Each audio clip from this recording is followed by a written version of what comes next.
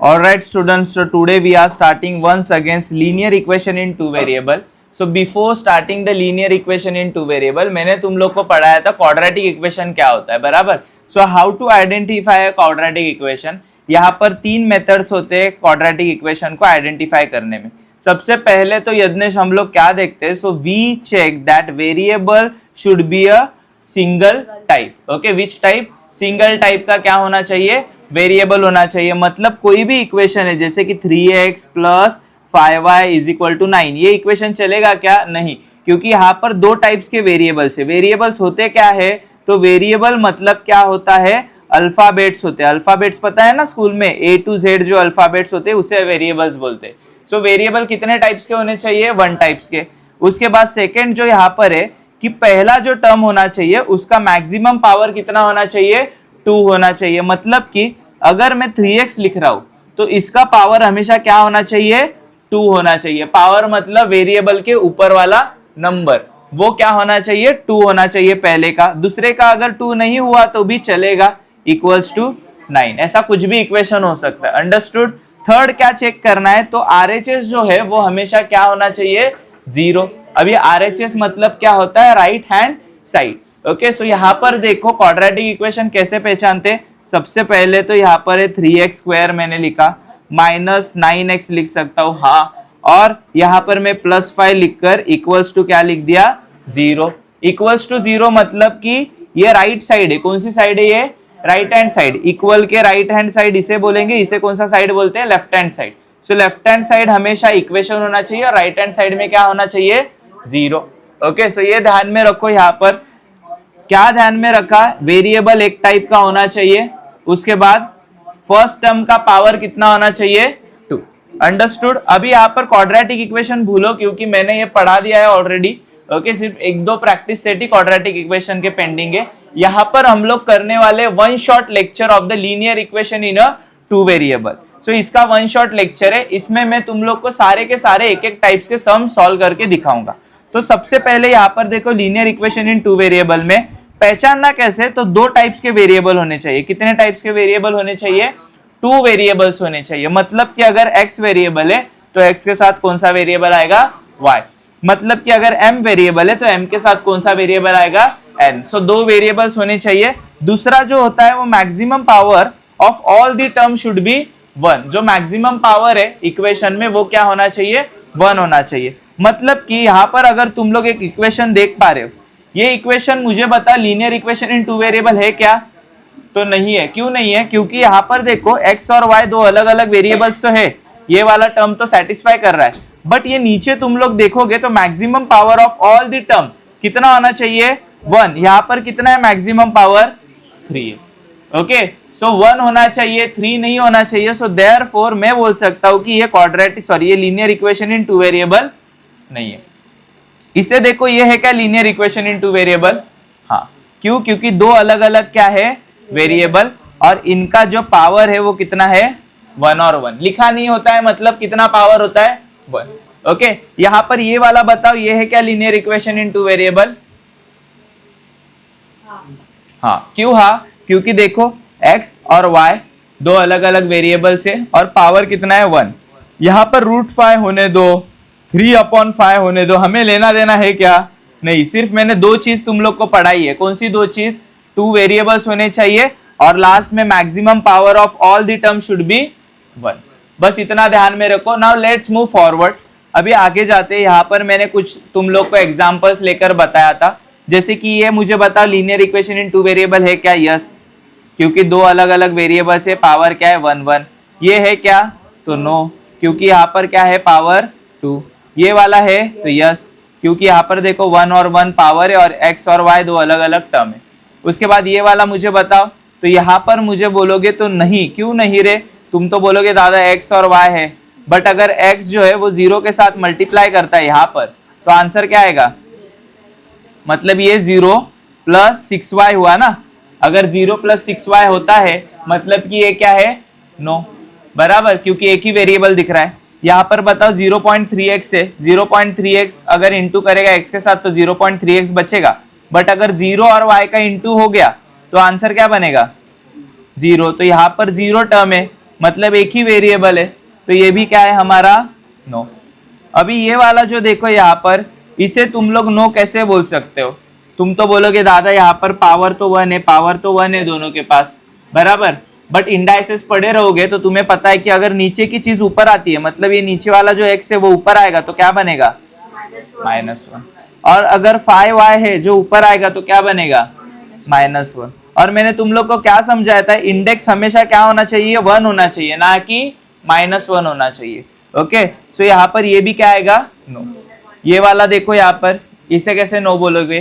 क्योंकि यहाँ पर 2 वेरिएबल्स है, यहाँ पर एक वेरिएबल है, 2 ही वेरिएबल्स होने चाहिए। बट और एक चीज है, जैसे कि इसका भी पावर, x का भी पावर 1 है, y का भी पावर 1 है, और 1 1 कितना होता है? मतलब ये पूरा पावर कितना है? 2। सो ये भी क्या? नो। ओके, सो ये चार्ट तुम्हें पता चल गया, बराबर। अभी एक डिवीजन मेथड वाला एक वापस से एक बार सम ले लेते। ओके, सो डिवीजन मेथड वाला, किसी के पास टेक्स्ट बुक है? टेक्स्ट बुक ओपन करो फट से।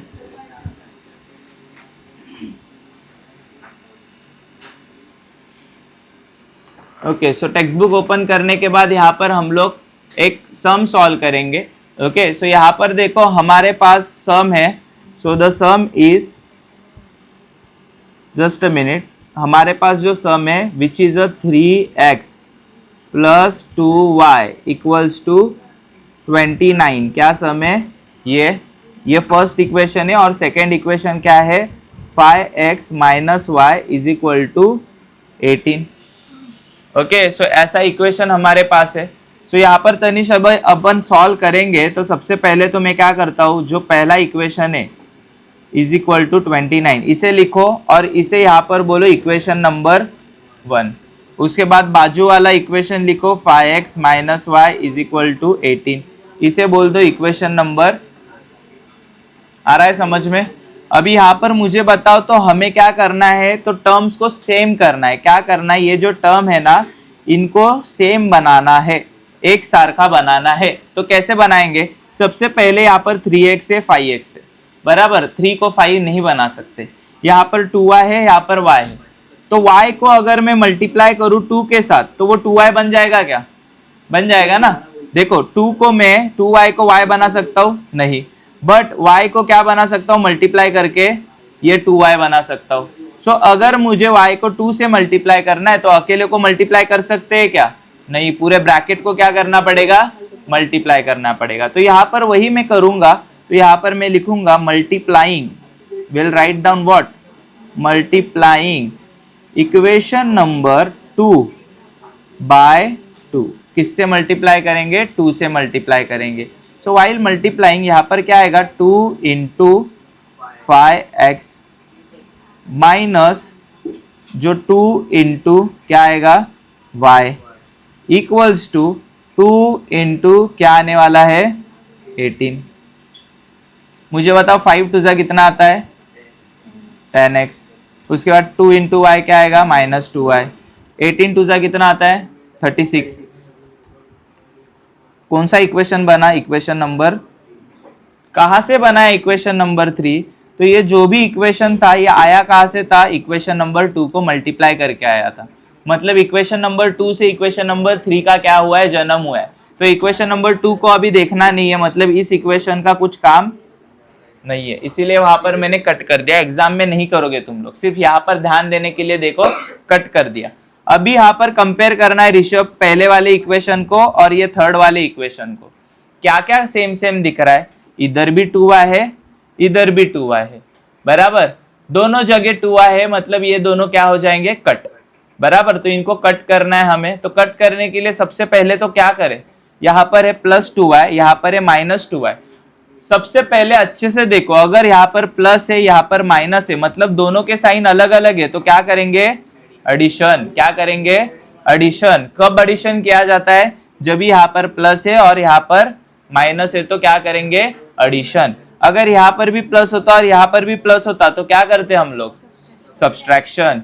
अगर यहाँ पर भी माइनस होता और यहाँ पर भी माइनस होता तभी भी क्या करते? सब्सट्रैक्शन। तो समझ में आ रहा है? अगर ऑपोजिट साइन होते हैं जैसे कि प्लस और माइनस तो क्या करेंगे? एडिशन। और अगर दोनों के साइन क्या होते हैं, सेम सेम, तो क्या करते हैं, सब्सट्रैक्शन। सेम सेम साइन मतलब माइनस माइनस भी सेम साइन आएगा ना, तो भी क्या करेंगे। ह्याच्यामध्ये मिस्टेक्स करू नका। मैं बार बार लीनियर इक्वेशन, क्वाड्रेटिक इक्वेशन बार बार पढ़ा रहा हूँ ना, उसका एक ही रीजन है, क्योंकि इन चैप्टर्स का वेटेज सबसे ज्यादा एग्जाम में। तुम लोग अगर बोर्ड्स के एग्जाम का पेपर देखोगे तो सबसे ज्यादा यही चैप्टर्स को आंसर्स पूछे जाते, तो इसे अच्छे से करो।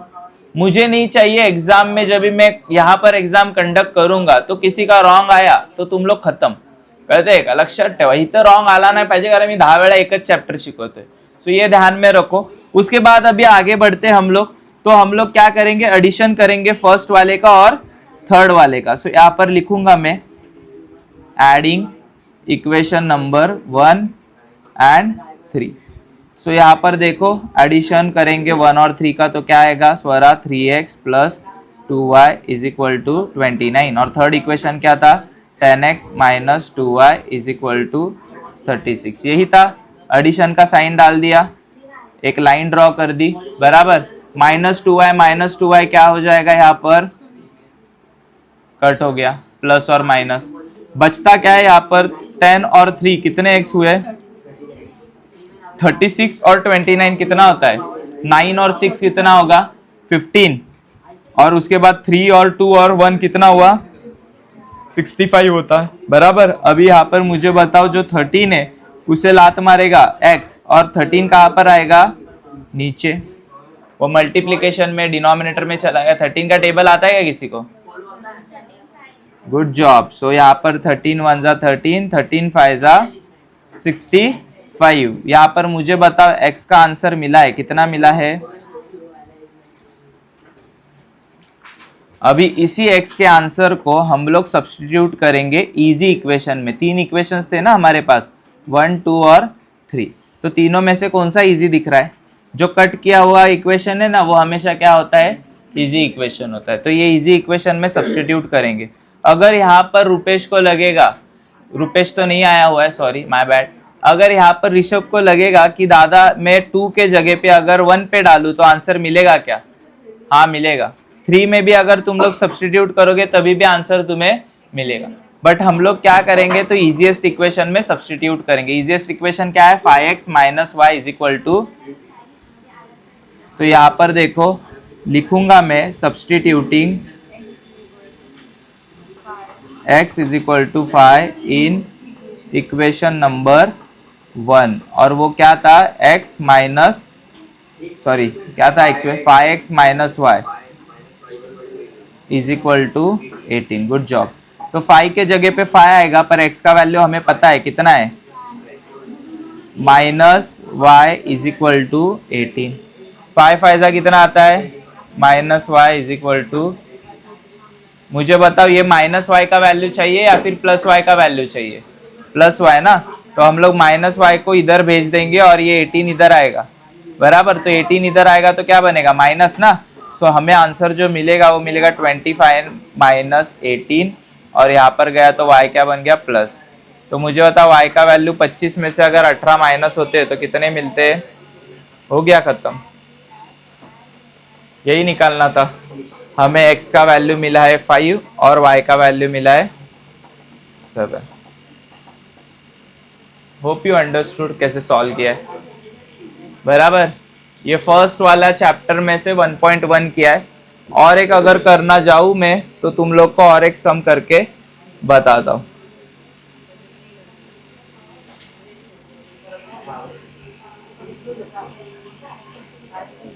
ठीक है, चलो और एक सम करते हैं।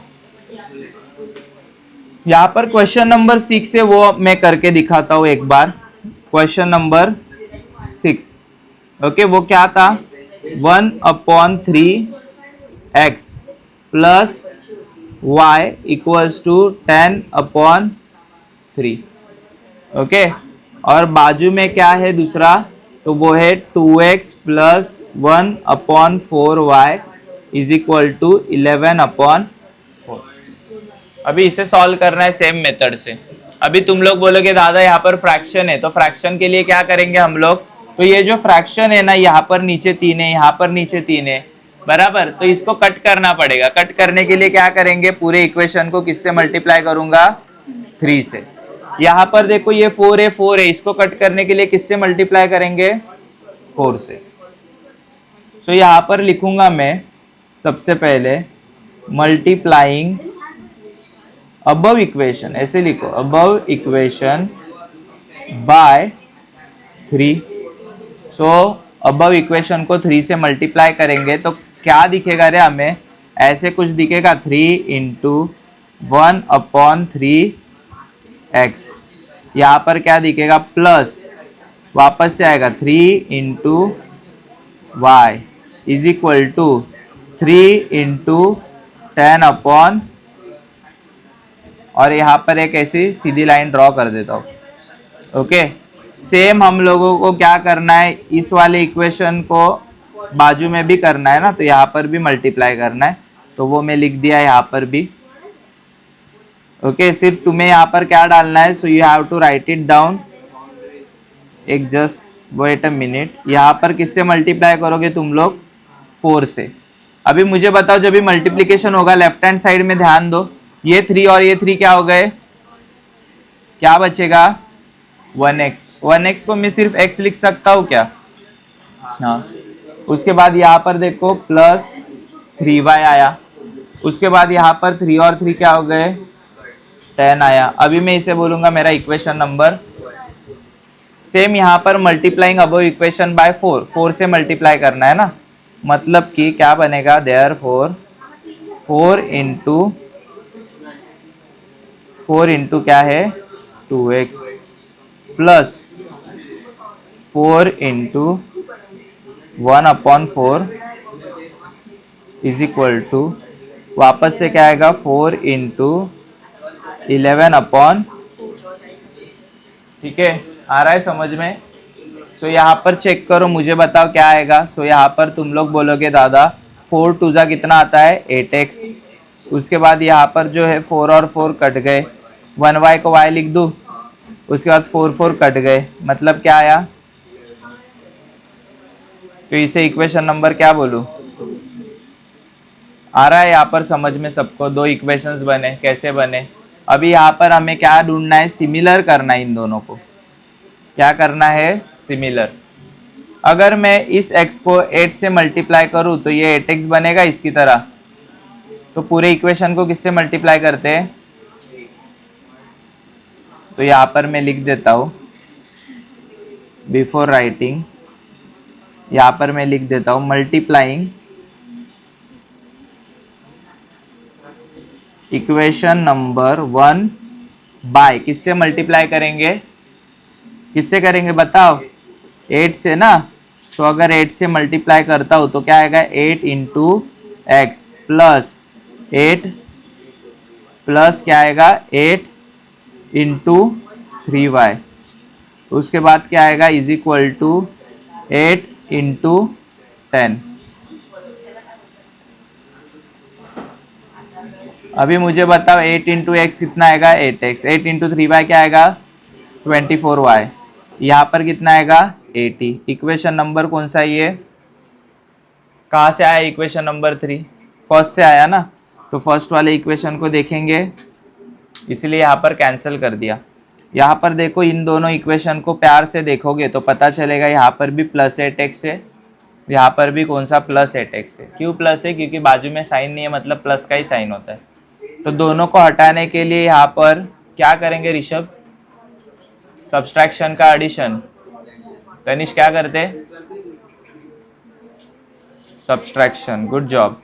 तो यहाँ पर सब्सट्रैक्शन करेंगे, बट सब्सट्रैक्शन में बड़ा नंबर कहाँ पर आना चाहिए, ऊपर। बड़ा नंबर कहाँ पर आना चाहिए, ऊपर आना चाहिए, बराबर। तो इसमें बड़ा नंबर कौन सा है, 80 बड़ा है या फिर 11 बड़ा है, तो ये कहाँ पर आएगा, ऊपर। ओके, नीचे कैसे आएगा रे, ये डी। सो यहाँ पर देखो, सब्सट्रैक्टिंग इक्वेशन नंबर 2 फ्रॉम 3, तो यहाँ पर मैं लिखूंगा 8x plus 24y is equal to 80 minus 8x plus y is equal to 11, बराबर। यहाँ पर जो साइन है वो क्या हो जाएंगे, चेंज, क्योंकि सब्सट्रैक्शन कर रहे हैं ना, सब्सट्रैक्शन में साइन क्या होते हैं, चेंज। प्लस बनेगा माइनस, ये प्लस बनेगा माइनस, ये भी 8x क्या था, प्लस था ना, इसीलिए माइनस बना। ये प्लस y क्या बना, माइनस y। ये 11 क्या बना। तो मुझे बताओ 80 में से अगर 11 जाते हैं तो कितने बचेंगे, 80 में से 11 गए तो कितने बचेंगे, 69। ओके, सो यहाँ पर मैं क्या लिखूँगा, 6 और 9। उसके बाद यहाँ पर मुझे बताओ 8x और 8x दोनों क्या हो जाएंगे, 24 में से अगर y गया मतलब, ओके, क्योंकि y के बगल में 1 होता है ना, नहीं ये दिख रहा है तभी भी। सो अभी यहाँ पर मुझे बताओ y जो है वो लात मारेगा किसे, कहाँ पर आएगा, 23 के टेबल में 69 आता है क्या, आता है। कब आता है, 3 जा, ये 1 जा, ये 3 जा, तो y का वैल्यू कितना मिला। इसी वैल्यू को सब्सटीट्यूट करेंगे इजी इक्वेशन। कौन सा इजी इक्वेशन है, ये वाला या फिर थर्ड वाला, फर्स्ट वाला। हमेशा फर्स्ट वाला क्यों इजी होगा, क्योंकि इसको क्या किया है, क्रॉस। तो यहाँ पर मैं लिखूंगा substituting y equals to 3 in equation number what, कहाँ पर सब्सटीट्यूट करेंगे, इन इक्वेशन नंबर 1। सो इक्वेशन नंबर 1 लिखो, क्या था equation number 1, x plus 3y is equal to 10, x plus 3y is equal to 10। फिर मैं x के जगह पे x प्लस 3, y के जगह पे क्या लिखेंगे हम लोग, 3। उसके बाद वापस से 10, यहाँ पर क्या आएगा, x प्लस 3 3 जा 9, 10, x इज इक्वल टू 9 को लात मारेगा भगाएगा तो इधर क्या आएगा, -9, और x का वैल्यू कितना मिलता है, हो गया ख़त्म। x और y दोनों भी आंसर्स मिले, लेकिन तुम्हें पता है लास्ट में आंसर लिखना पड़ता है, जो कि कैसे लिखते हैं अपन, कैसे लिखते हैं लास्ट वाला आंसर। सो यहाँ पर तुम्हें लास्ट में आंसर लिखना पड़ेगा, that is there for x y is equal to, x का वैल्यू कितना आया था 1 और y का कितना आया था 3, 1 and 3 is the solution.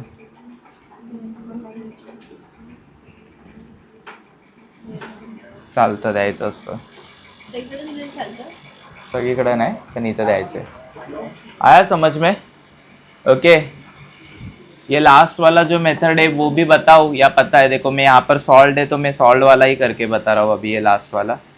So directly यहाँ पर देखो, हाँ ये वाला सम देखो यहाँ पर कैसे सॉल्व किया है, ये अलग टाइप का सम है बराबर। तो यहाँ पर तुम लोगों को क्या दिया है, तो 99x से ये 99y के साथ क्या होगा, सेम। ये 101 किसके साथ सेम होगा, 101 के साथ बराबर। सो अगर ऐसा कुछ दिखता है तो एक बार तनिष क्या करोगे, इस इक्वेशन को इसके साथ ऐड करोगे, दूसरी बार क्या करोगे, इसी इक्वेशन को इस वाले इक्वेशन के साथ। तो एक बार देखो मैंने यहाँ पर एडिशन किया है 1 और 2 का, एडिशन में ये लिख दिया और एडिशन का साइन डाला। 499 और 501 कितने हुए, 1000। 101 और 99 कितने हुए, 200। 99 और 101 कितना हुआ, 200।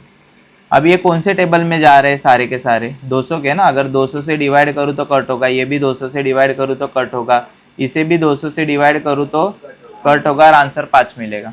सो यहाँ पर डिवाइडिंग अबव इक्वेशन बाय 200, तो आंसर क्या मिला मुझे, x plus y is equal to, इसे मैंने बोल दिया इक्वेशन नंबर। सिमिलरली एक बार एडिशन हो गया, अभी एक बार क्या करेंगे, सब्सट्रैक्शन।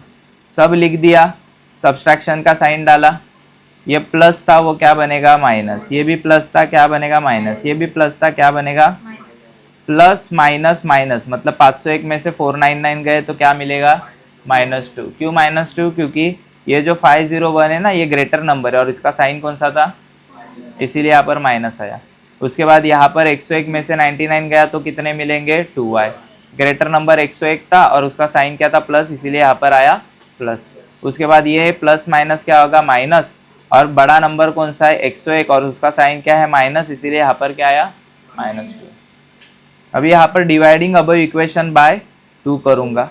सो 2 से डिवाइड करेंगे सबको, कर दिया ना 2 के साथ डिवाइड, तो 2 के डिवाइड करेंगे तो क्या आएगा -x + y is equal to ये है 4 इक्वेशन। अभी 5 थर्ड वाले और 4 वाले इक्वेशन को प्यार से देखो क्या दिखाई दे रहा है, यहाँ पर है +x, यहाँ पर है, तो कट हो जाएगा ना +x और -x। कैसे कट होगा, तो क्या करेंगे, दोनों का साइन ऑपोजिट होता है तो क्या करते हैं यज्ञेश, एडिशन करते हैं यार सब्सट्रैक्शन, एडिशन। तो यहाँ पर देखो एडिशन कर दिया थर्ड और फोर्थ को, x और x गई, y और y क्या आएगा 2y, 5 में से 1 गया तो कितना बचेगा 4। ये जो 2 है ये कहाँ पर आएगा डिनोमिनेटर में, और y का वैल्यू कितना मिलता है 2। इसी 2 को हम लोग इजीएस्ट इक्वेशन में डालेंगे जो कि है इक्वेशन नंबर 3। ये इजी सबसे था बराबर, तो डाल दिया। तो यहाँ पर x के जगह पे x, y के जगह पे क्या आया 2 रे बाबा, y के जगह पे y कैसे आएगा, ध्यान है क्या नहीं, ये 2 जाएगा राइट हैंड साइड तो बनेगा -2 और x का वैल्यू कितना मिला। इसी तरीके से ये वाला सम भी हो गया solve. Okay, hope you understood. उसके बाद एक मैंने क्रेमर्स रूल तुम लोग को पढ़ाया था बराबर। क्रेमर्स रूल होता क्या है, तो यहाँ पर देखो क्रेमर्स रूल पढ़ते हैं तो मैं तुम लोग को समझाता हूँ। सबसे पहले तो देखो, before going to the Cramer's rule हम लोगों ने पढ़ा था क्या, डिटर्मिनेंट्स। क्या पढ़ा था, तो भी डिटर्मिनेंट्स मैंने तुम लोग को समझाया था होता क्या है। डिटर्मिनेंट्स मतलब खाली डब्बा होता है, क्या होता है डब्बा बराबर, और डब्बे को सॉल्व करना मतलब डिटर्मिनेंट्स को सॉल्व करना। तो यहाँ पर मैं एक डब्बा बना रहा हूँ बराबर, और डब्बे में हमेशा कितने वैल्यूज दिखाई देंगे 4, यहाँ पर 5, यहाँ पर 4, इधर भी कुछ भी आ सकता है और इधर भी कुछ भी वैल्यू आएगा बराबर। तो इसे सॉल्व करना काफी चिंदी होता है। क्या करते हैं हम लोग, सबसे पहले तो ये 5 करेगा मल्टीप्लाई 2 के साथ, ये 3 करेगा मल्टीप्लाई 4 के साथ, मतलब कि यहाँ पर क्या आएगा तो 5 × 2 3 × 4, और बीच में डालने का एक बड़ा वाला माइनस का साइन। क्या किया रे हम लोगों ने, कुछ नहीं किया, बस 5 ने 2 को मल्टीप्लाई किया, 3 ने 4 को मल्टीप्लाई किया, बच में एक बड़ा वाला माइनस साइन। ये डालने के बाद यहाँ पर हम लोग कैसे सॉल्व करेंगे, 5 2 जा क्या आता है 3 4 जा कितना आता है बराबर ना। अभी मुझे बताओ 10 में से 12 तो जाता नहीं है, अगर गया तो आंसर कितना आएगा। तो इसे बोलते हैं डिटर्मिनेंट सॉल्व करना। क्या सॉल्व करना, डिटर्मिनेंट। अभी एक डिटर्मिनेंट है वो बच्चों को थोड़ा डरावना लगता है बराबर, तो वो वाला डिटर्मिनेंट अपन 1 सेकेंड ले लेते हैं।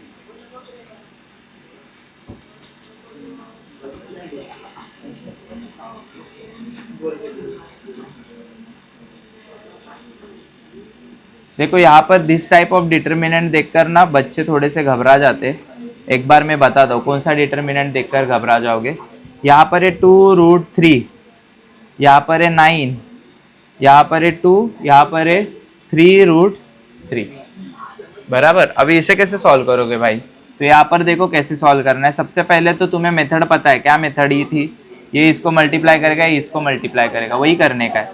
तो हम लोग क्या करेंगे 2√3 लिखूंगा इंटू 3√3 लिखूंगा, उसके बाद 2 × 9 और बीच में आएगा माइनस।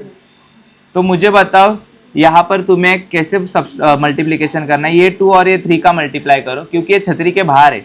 देखो ये छतरी के अंदर वाले नंबर से, छतरी के बाहर कौन है 2 और 3, क्या आएगा आंसर मल्टीप्लाई करने के बाद 6 बराबर। और बचेगा क्या √3 और √3 बचेगा ना। इसे एक छतरी के अंदर डाल सकता हूँ क्या, क्योंकि छतरी वाले मतलब दोस्त दोस्त रहेंगे तो एक छतरी के अंदर उसे डाल सकते। -9 2 क्या आता है 18। तो मुझे बताओ यहाँ पर 6 था, ये छतरी के अंदर दोनों 3 3 है, जब ये छतरी के बाहर आएंगे तो कितने 3 बाहर आएंगे, एक ही।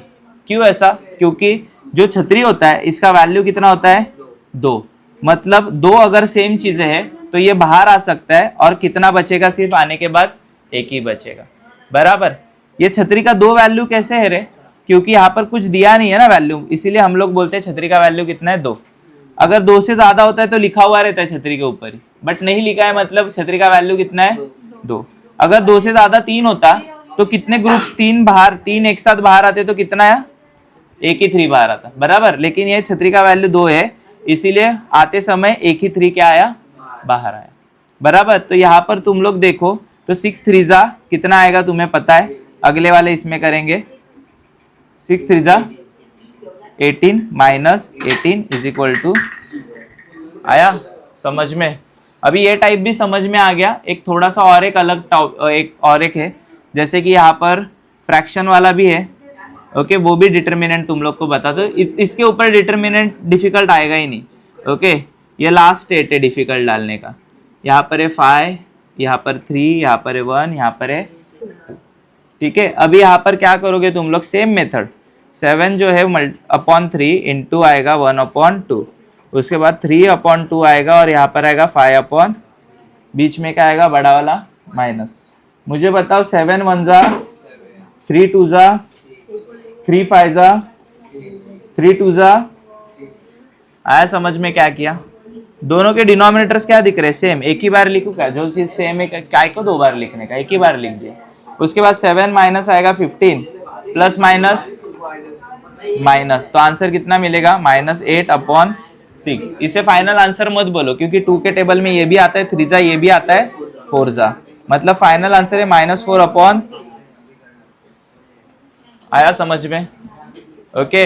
अभी एक लास्ट क्रेमर रूल का एक सम बता रहा हूँ प्रैक्टिस के लिए, ओके। और जो बाकी का 1.4 है 1.5 है वो बाद में करेंगे, ओके, नेक्स्ट वाले लेक्चर में। तो यहाँ पर क्रेमर रूल देखो कैसे सॉल्व करते हैं, मैं तुम लोग को समझाता हूँ। अभी यहाँ पर हम लोग पढ़ेंगे क्रेमर्स रूल, ओके। क्या पढ़ने वाले, क्रेमर्स रूल, ओके। इस वाले एग्जाम में एसएससी बोर्ड 2026 और 2027 यहाँ पर एक क्रेमर्स रूल आने वाला ही है, बराबर।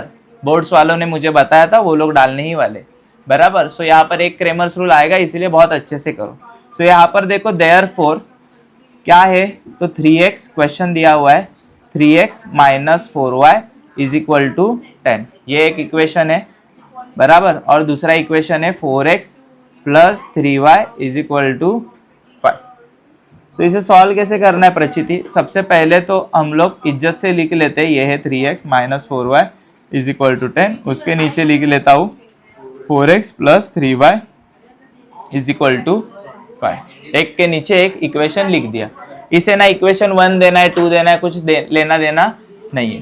क्रेमर रूल मतलब क्या है, तो भाइयों की स्टोरी है, बराबर। भाई है, एक है डी नामक भाई, दूसरा है dx भाई और तीसरा है dy भाई। ये 3 भाई है, इनकी स्टोरी है, बस उसे ही बोलते हैं क्रेमर्स रूल। तो अब ये 3 भाई के बारे में थोड़ा सा पढ़ाते पढ़ाते ही तुम लोग जान लोगे। सबसे पहले नाम डालना है, और एक सबसे बड़ा भाई है जिसका नाम है डी। अभी डी का जो बक्सा है वो तुम्हें फिल करना आना चाहिए, मैं तुम्हें सिखाता हूँ। तो डी भाई होता है ना, वो हेट करता है, उसे कौन पसंद नहीं है, ये इक्वल वाले लोग पसंद नहीं है, बराबर। ये इक्वल वाले नंबर्स पसंद नहीं है, मतलब ये 4 नंबर पसंद है, हाँ पसंद है। तो यहाँ पर देखो x के बगल में कोएफिशिएंट क्या है 3, इसके बगल में कोएफिशिएंट क्या है 4, इसके बगल में क्या है -4, इधर क्या है 3, तो वही लिखो 3 4 -4 3। आया समझ में? सिर्फ कोएफिशिएंट लिखना। अभी किसी बच्चों को कोएफिशिएंट का भी नहीं मीनिंग पता, तो वेरिएबल के बगल वाले नंबर को क्या बोलते हैं, कोएफिशिएंट। अभी यहाँ पर देखो, तो मैं लिखूंगा 3 × 3, उसके बाद मैं यहाँ पर क्या लिखूंगा 4 × -4 है ना, एक माइनस भी, और बीच में बड़ा वाला माइनस तो देना ही हम लोग को, बराबर। 3 3 कितना आता है 9, तो यहाँ पर माइनस माइनस हो जाएंगे, प्लस और 4 4 कितना आएगा 16, मतलब ये आंसर कितना मिल रहा है। अभी डी निकाला, अभी उसका छोटा भाई आएगा जो बीच वाला भाई है dx, बराबर। सो dx का भी हमें वैल्यू निकालना है यहाँ पर। सो dx जो भाई है, इसका वैल्यू निकालने के लिए, dx है ना वो x को ही हेट करता है, देखो उसके नाम में ही x है ना, उसे x ही पसंद नहीं है, तो ये इसे हेट करेगा। तो तुम लोग बोलोगे दादा ये पहले लिखता हूँ, फिर ये पहले लिखता हूँ, फिर इसे और इसे लिखते, तो ऐसे नहीं करेंगे। पिछले बार अन्याय किसके साथ हुआ था, किसे लिखा नहीं गया था, इसे लिखा नहीं गया था ना, तो इसे पहले लिखो और इस वाले को बाद में लिखो, बस इतना ही करना है। देखो dx इसे हेट करता है, बट जिसके साथ अन्याय हुआ था इसे पहले लिखो और उसके बाद इसे पहले लिखो, बराबर। तो 10/5 -4 और 3, 10 5 -4 3 लिखा। अभी डिटर्मिनेंट सॉल्व करना तो तुम्हें आता ही है, 10 × 3 होगा, उसके बाद 5 × -4, बीच में क्या आएगा सब्सट्रैक्शन, 10 3 आएगा 30, यहाँ पर माइनस माइनस होगा प्लस, 5 4 आएगा 20, ये बन गया 50, हो गया dx भी सॉल्व। अभी dy आएगा, नाम में ही पता चल रहा है किसे हेट करेगा, y को हेट करेगा, बराबर।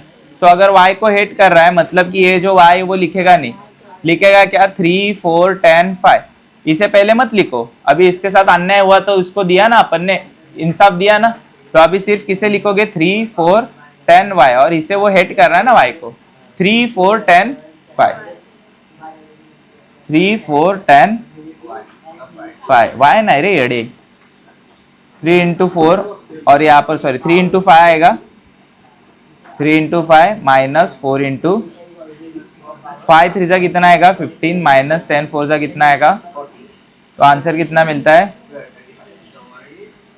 तीनों भाइयों की स्टोरी पता चली। अभी यहाँ पर है सॉल्व करना है, तो यहाँ पर मैं लिखूंगा बाय क्रेमर्स रूल। कौन सा rule? Cramer's rule. Cramer's rule में मुझे x चाहिए ना, तो मिडल वाला भाई का नाम क्या था dx, उसके नीचे आएगा बड़ा भाई। बड़ा भाई हमेशा सैक्रिफाइस करता है, इसीलिए कहाँ पर आएगा नीचे। उसके बाद यहाँ पर y है बराबर, तो dy के नीचे कौन आएगा? d, बड़ा भाई आएगा बराबर। तो मुझे बताओ dx का वैल्यू कितना था रे? dx का वैल्यू क्या 50 था ना, और d का वैल्यू कितना था 25, 1 जा 2 जा, मतलब कि हमारा जो x है उसका वैल्यू कितना मिला 2/1 नहीं होता है, सिर्फ 2 ही होता है, नीचे 1 का वैल्यू नहीं होता है। तो आंसर कितना मिला 2। उसके बाद यहाँ पर देखो dy का वैल्यू कितना था -25, d कौन था 25, 1 जा 1 जा, लेकिन y का वैल्यू कितना आएगा माइनस, खत्म हो गया। क्रेमर्स रूल एक ही फटके में तुम्हें समझ में आ गया। बस डिफिकल्ट है तो छठा सम डिफिकल्ट है, वो छठा सम भी मैंने लिखा हुआ है ऑलरेडी सिखाते समय, एक बार तुम्हें बताता हूँ, कल ही सिखाया ना रे, इधर गया पर, हाँ इधर है इधर है, हाँ ओके यही था क्या? ये नहीं है, हाँ ये वाला है, देखो छठा सम क्रेमर रूल का। तो इसमें क्या है, तो यहाँ पर बच्चों देखो ये वाला इक्वेशन, ये वाला इक्वेशन लिखा, ये पहला इक्वेशन लिखा, ये दूसरा इक्वेशन लिखा बराबर। उसके बाद क्या करना है कि ये जो d है ना बराबर इक्वल्स टू क्या है 2 1 3 -1/2 लिख दिया। पता है ना तुम्हें कैसे लिखेगा, ये इसको हेट करेगा ना d, और ये सारी चीजें लिख दो। तुम लोग बोलोगे दादा यहाँ पर y था, यहाँ पर -1/2 कैसे आया? y के बाजू में कुछ नहीं, मतलब क्या है, तो -1/2 ही आएगा ना यहाँ पर बराबर। तो ये समझो यहाँ पर, तो ये लिखने के बाद मुझे बताओ ये 2 इसको मल्टीप्लाई करेगा, इसको मल्टीप्लाई करेगा, ये किया 2 और 2 हो गए कट, मतलब -1 बचा, और यहाँ पर क्या बचा -3, तो कितना हुआ माइनस, dx जो है वो हेट करेगा किसको, x को ही बराबर, बट इसे पहले इंसाफ देगा, फिर इसके बाद इसे लिखेगा, तो वही यहाँ पर लिख दिया बराबर। इसके बाद ये ब्रैकेट ये ब्रैकेट, तो तुम लोग जाकर ये पटेली में क्या कर दोगे, कट, तो मत करो क्योंकि ये कट नहीं हो रहा है ना, तो नहीं करना है। तो ये 2 जाकर -1 को मल्टीप्लाई करेगा तो क्या बनेगा, नीचे क्या है 2, ये है माइनस, ये 3 जाकर मल्टीप्लाई करेगा 1 को, तो क्या बना, नीचे क्या बना 2, 2 बार 2 है, मतलब कितने बार लिखूंगा, एक बार, -2 -3 कितना आएगा -5/2। यहाँ पर देखो dy जो है वो हेट करता है y को ही, तो लिखेगा क्या 2 1 2 1/, ये इसे मल्टीप्लाई करेगा, ये इसे मल्टीप्लाई करेगा, लिख दिया, बीच में माइनस, ये 2 और ये 2 गई हो, 1 -2, मतलब आंसर क्या आएगा बाय क्रेमर्स रूल में क्या आएगा dx तो -5/2 था ना, इसीलिए लिख दिया, और d कितना था -4 था, किसी के नीचे कोई नहीं होता, मतलब भगवान नहीं होता है, तो कौन होता है 1 होता है बराबर। सो -4 के नीचे कोई नहीं था, इसीलिए कौन था 1, ओके। अब ये -4/1 जब ये ऊपर आएगा तो रेसिप्रोकल होगा, मतलब उल्टा होगा, और क्या आएगा 1/-4 आएगा, तो यही लिखा है देखो यहाँ पर, समझ में आ रहा है क्या, -5/2 -5/2, ये जो -4/1 है वो उल्टा होकर क्या आएगा 1/-, यहाँ पर -5 1 को मल्टीप्लाई करेगा तो -5 आएगा, यहाँ पर 4 2 को मल्टीप्लाई करेगा तो -8 आएगा, माइनस माइनस क्या हो गए 5/8 आंसर आया। y का आंसर तो काफी इजी है, dy का वैल्यू कितना था -1, और उसके बाद d का वैल्यू क्या था -4, माइनस माइनस कट गए, सिर्फ 1/, दैट्स इट। 4-5 बार हुआ है, okay. So hope you understood. This is a one shot lecture of a linear equation in two variable, जहाँ पर हम लोग 1.1 और क्या देखे 1.3 प्रैक्टिस सेट देखे. Okay, so that's it for today guys.